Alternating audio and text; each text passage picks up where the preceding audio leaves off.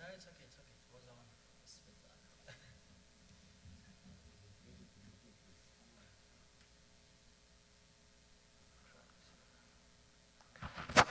جزاك الله خير.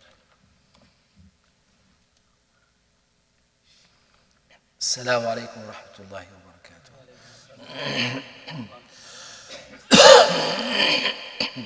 بسم الله الرحمن الرحيم. الحمد لله والصلاة والسلام على رسول الله وعلى آله وصحبه ومن والاه. أما بعد. There is a uniqueness about al-Muslimin and Islam in history, that what they did in their lives, they were committed to the word of Allah subhanahu wa ta'ala beforehand. Meaning before they knew what the word is, they committed that Allah subhanahu wa ta'ala is worthy to be followed because He is our creator and His mercy upon us and His wisdom and knowledge is in His actions. So therefore the submission to Allah is what is worthy to do and what is obvious and must be done. So as a civilization, they moved up quickly in the ranks, or as a civilization.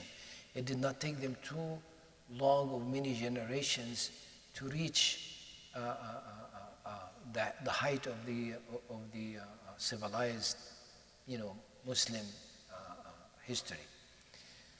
But all other civilizations, it took them a long time. Because we as a human being, when we try to do things on our own, we try and error, right? Try things, if it doesn't work, to other things and so forth. Until something works and stay with it, and then tweak it a little bit later on and so forth, because all man-made ideas and so forth. So to try to perfect or to get what we do into the perfect way, it takes a long time, and it's not perfect at the end.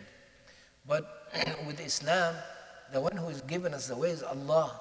So there is no need for trial and error. What is right and what is wrong is wrong. You hold on to what's right, you move up very quickly. Okay? So that was very unique in history, that a civilization will go up sharply up. The curve goes up very sharp.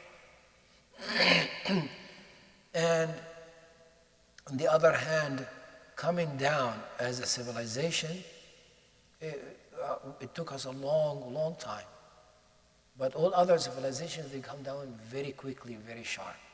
So the curve is the opposite. They go up very slowly, stay up for a while, and then when they come down very sharply. But we come up very sharp and then stay up, and then when we come down, it takes us a long time to come down. So at the time when we were down, historians thought that Islam is no longer will have any life in it. Khalas, it's a matter, it's done. But then again it comes back very sharply, roarily, very strong. And so they wonder what is this uniqueness about Islam? And it is the same thing, which is, in tansurullaha yansurukum. If you give Allah victory, Allah will give you victory. If you hold on to the Quran and Sunnah dear to you and near to your heart and your life, then the victory will come to you. Success will come to you by Allah subhanahu wa ta'ala. So that formula still exists. It is not a formula that is missing and we need to find it. But the word of the Tawheed is La ilaha illallah. First is to negate and then to confirm. To negate anything beside Allah and then to confirm that you worship Allah alone. So it is always like this, always about filtering okay, before building. Before putting something in, you have to take something out. That's the essence of things. If you want to fill up a glass of water that has milk in it, you cannot just put the water in there. You have to get the milk out, wash it, and then put the water. Or other way around.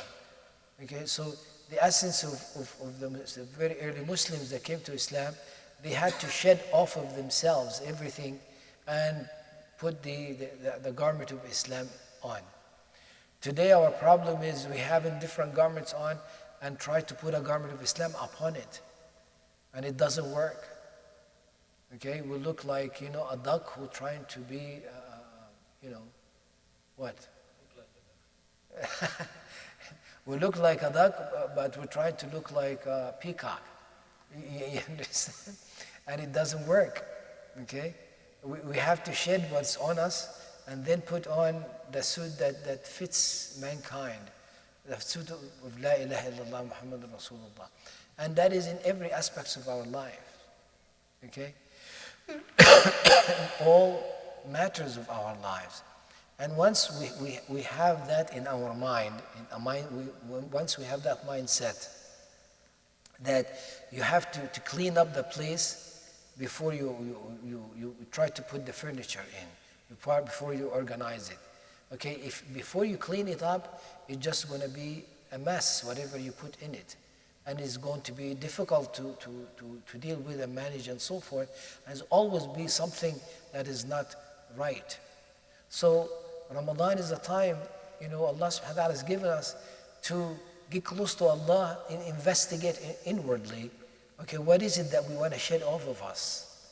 What is it that we want to let go of? What is it, how can we empty ourselves so we could be filled again? وصلى الله على سيدنا محمد وعلى آله وصحبه أجمعين والحمد لله رب